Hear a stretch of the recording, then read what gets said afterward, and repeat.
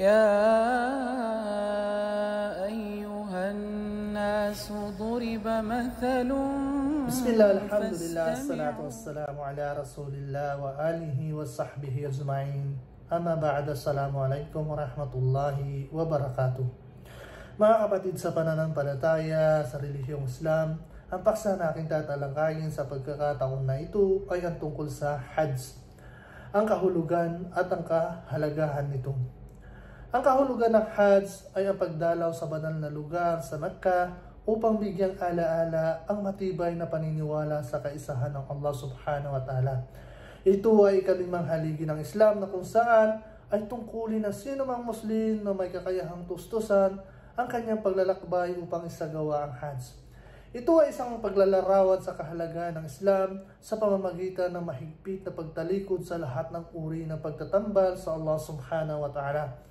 Ito ay isang pagpapatunay sa pangkalahatan ng Islam at sa pagkakapatiran at sa pagkakapantay-pantay ng mga Muslim.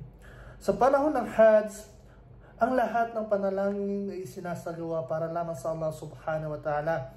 At ang lahat ng mga puok na pinupuntahan ng mga nagsasagawa ng Hajj ay makasaysayang nauukol sa pagsamba lamang sa nag-iisang tunay na Diyos, ang Allah subhanahu wa ta'ala. At kabilang sa mahalagang kasaysayan ay ang pagsasakripisyo ni Propeta Abraham sa kanyang anak na si Ismail alayhi salam, sumakanilang dalawa ang kapayapaan. Ano naman ang kahalagahan ng Hajj? Hindi lingid sa ating kaalaman bilang mga Muslim na ang pagsasagawa ng Hajj ay isang itinakdang tungkulin ng bawat Muslim o sa bawat Muslim na may kakayahang gumugol sa paglalakbay. Sinabi ng Allah subhanahu wa ta'ala sa banal na Quran, A'udhu billahi minasyaitanir rajim, walillahi alan nasi hijjul baiti man istata'a ilayhi sabila.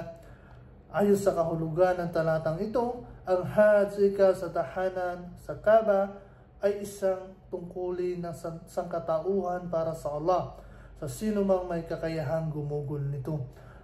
Ito ay mula sa Surah Al-Imran, chapter 3, verse 97.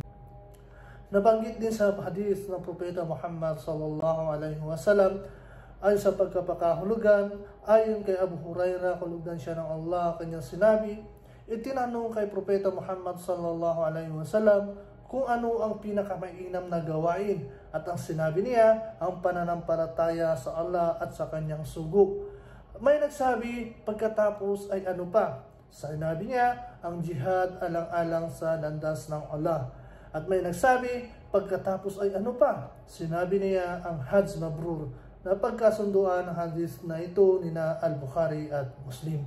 Ang ibig sabihin ng Hajj Mabrur ay ang Hajj na tinatanggap sa Allah subhanahu wa ta'ala dahil sa katapatan ng taong nagsasagawa nito. At isa pang hadith ng Propeta Muhammad sallallahu alaihi wasallam patungkol sa Hajj, ayon kay Abu Hurairah sa pagkapakahulugan, kalugdan siya ng Allah subhanahu wa ta'ala, kanyang sinabi, narinig ko ang sugo ng Allah na nagsabi, sino man ang magsagawa ng Hajj na siya ay umiiwas mula sa mga masasamang pagnanasa at masamang kilos, siya ay umuwi bumalik sa kanyang lugar ng napakalinis, katulad ng araw na ipinanganak ng kanyang ina, katulad ng bagong panganak. Ito rin ay napagkasunduan na hadith na ito ni na Al-Bukhari at Muslim. Mga kapatid, ito ay may isang paliwanag lamang o kaalaman tungkol sa Hajj. Kung nais pa natin na mas malawak na kaalaman ukol dito, ay mas mainam po na umatin tayo sa mga nagtuturo o sumali tayo sa mga nagtuturo na mga ustads patungkol sa relihiyong Islam. Maaari tayong umatin sa mga Islamic Center o maaari tayong makijoin sa mga online lecture o online classes na pinangungunahan ng ating mga alim o mga ustads. Assalamualaikum warahmatullahi wabarakatuh.